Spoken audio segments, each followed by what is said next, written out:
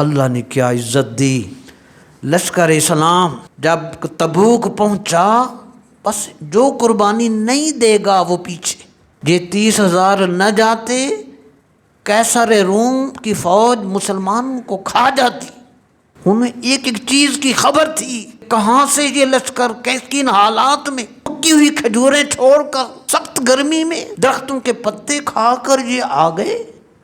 قیصر روم اور عیسائیوں کی فوج نے مسلمانوں کی شان و شوکت کی خبر سنی، اور ان کے دل میں مسلمانوں کے دین کی عزت اور نبی کریم علیہ السلام کی معجزانہ قوت کا ان کے دلوں میں خوف اور رعب طاری ہو گیا۔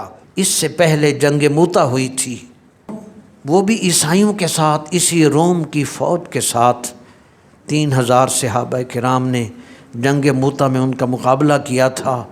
انہوں نے دیکھا تھا کہ اسلامی فوج کی بہادری، یہ کس طرح شہید ہونے کو عزت سمجھتے ہیں۔ ان 3,000 مسلمانوں نے جنگ موتا میں عیسائیوں کی فوج کو کچل کے رکھ دیا تھا۔